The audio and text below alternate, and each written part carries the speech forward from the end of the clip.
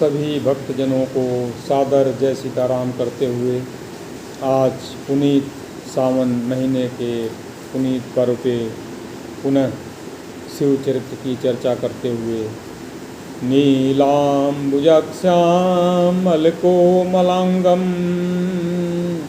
सीता समारोपित भामुभागं पाणौ महासायकचारुचापं नमामि रामं रघुवंशनाथं विश्वनाथ मम नाथ पुरारी त्रिभुवन महिमा विदित तुम्हारी कर्पूर गौरम करुणावतारम संसार सारम भुजगेन्द्रहारम सदा वसंतं हृदयारविंदे भवं भवानी सहितं नमामि।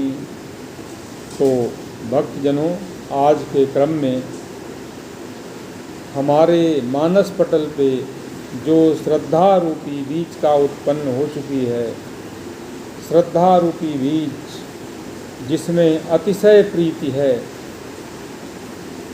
और हृदय में जो विश्वास है, उस विश्वास की समाधि को तोड़ना आवश्यक है। क्योंकि जब मन चंचल होता है तो विश्वास शांत होकर के राम धुन में लग जाता है। तो शांत चित्त होकर के विश्वास समाधि में हैं, उनकी समाधि को तोड़ना बहुत ज़रूरी है। और समाधि को तोड़ने के लिए जब विवेक की आँख हम खोलेंगे तभी हमारी समाधि भंग होगी। और जब तीसरी आँख शंकर जी की खुलती है, यानी विवेक की आँख खुलती है, तो हमारा तभी कल्याण होता है। हम आज तक हमारी दो आँखें हैं, लेकिन हम तीसरी विवेक की आँख बंद किए हुए हैं। सांसारिक जीवन में हमें विवेक की आँख को जरूर खोलनी चाहिए, जिससे बुराइयां नष्ट हो जाएं। तो अब कहानी के क्रम में माता पार्वती की परीक्षा हो चुकी है। माता पार्वती के बारे में शंकर जी को आकर के सप्तऋषियों ने बता दिया। उधर तारकासुर का जन्म हो चुका है। तारकासुर से देवता, राक्षस सभी परेशान हो गए और तारकासुर को वध करने के लिए, उसका समापन करने के लिए ब्रह्मा जी बताते हैं कि शंकर जी का जब पुत्र उत्पन्न होगा, वहीं शिवपुत्र ही तारकासुर का विनाश कर सकता है। लेकिन शंकर जी तो समाधि में स्थित हैं, कैसे उनका श्रद्धा तो तैयार बैठी हैं, पर माता पार्वती तैयार बैठी हैं, लेकिन विश्वास रूपी शंकर तो समाधि में हैं। उनकी समाधि को कैसे तोड़ा जाए? तो कामदेव से प्रार्थना करते हैं। कामदेव प्रकट होते हैं और कामदेव से कहते हैं कि आप जाइए और शंकर जी के समाधि को, यानी विश्वास जो राम नाम में लगा हुआ है, उसको काम को कहते हैं कि जाकर के उनकी समाधि को तोड़िए।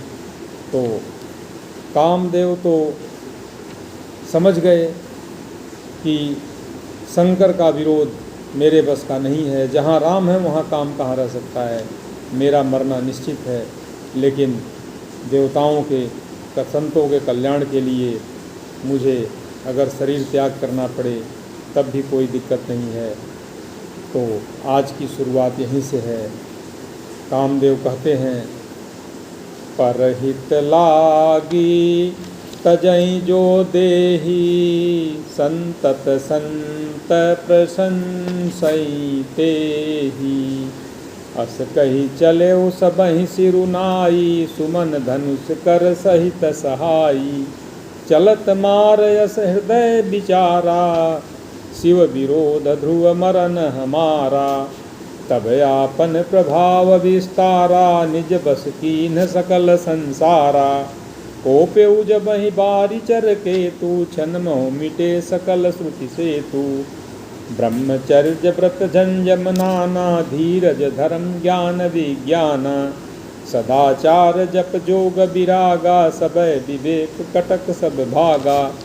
इस प्रकार पूरे संसार से सदाचार, अच्छे व्यवहार सब नष्ट हो गए और सारे योगी मुनि जड़ चेतन सभी अपने अपने काम में कामातुर होकर के एक दूसरे के प्रेम प्रसंग में लग गए।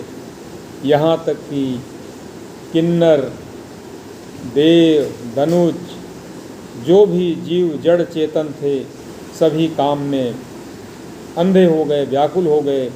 लेकिन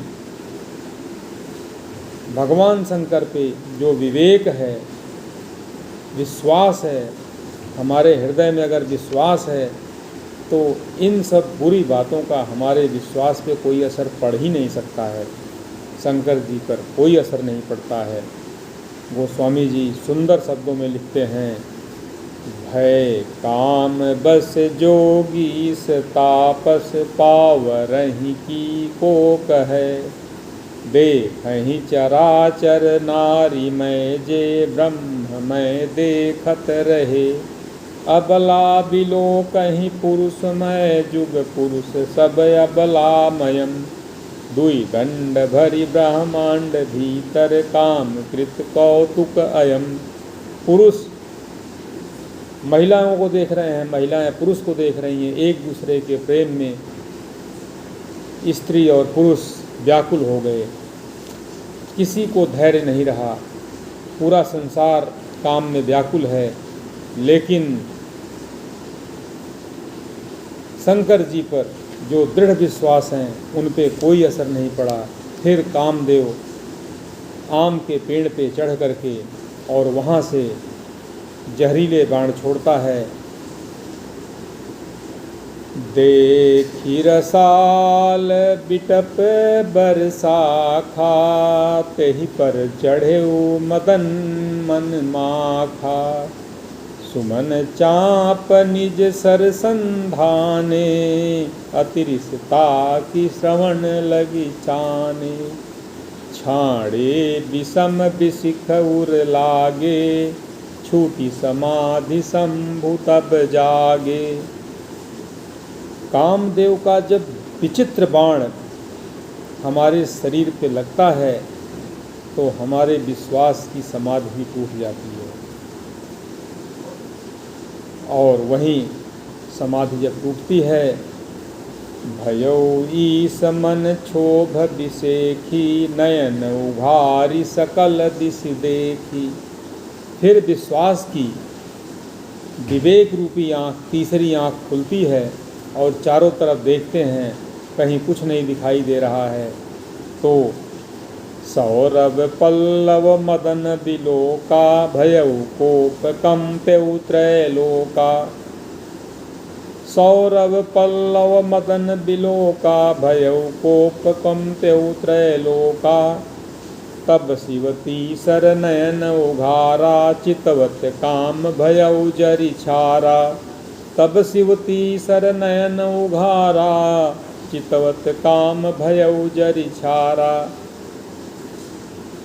और जब विवेक की आँख हमारी खुलती है तो हम सामने पत्ते में छिपे हुए काम को भगवान शंकर देखते हैं।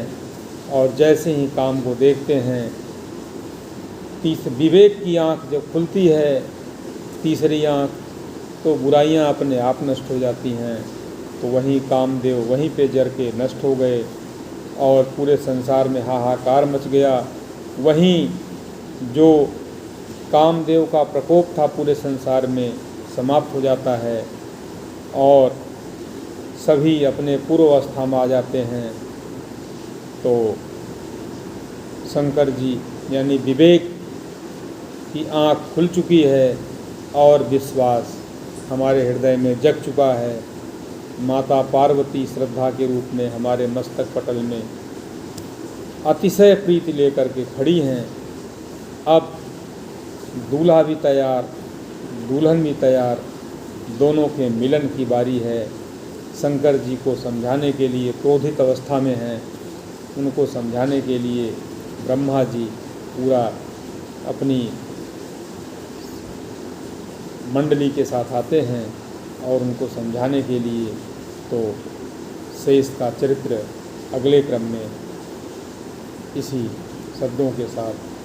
सावन का महीना आप लोगों के लिए मंगलमय हो, भगवान शंकर जी की कृपा आप सबके परिवार बनी रहे। इन्हीं भावनाओं के साथ सादर जय सीताराम, हर हर महादेव।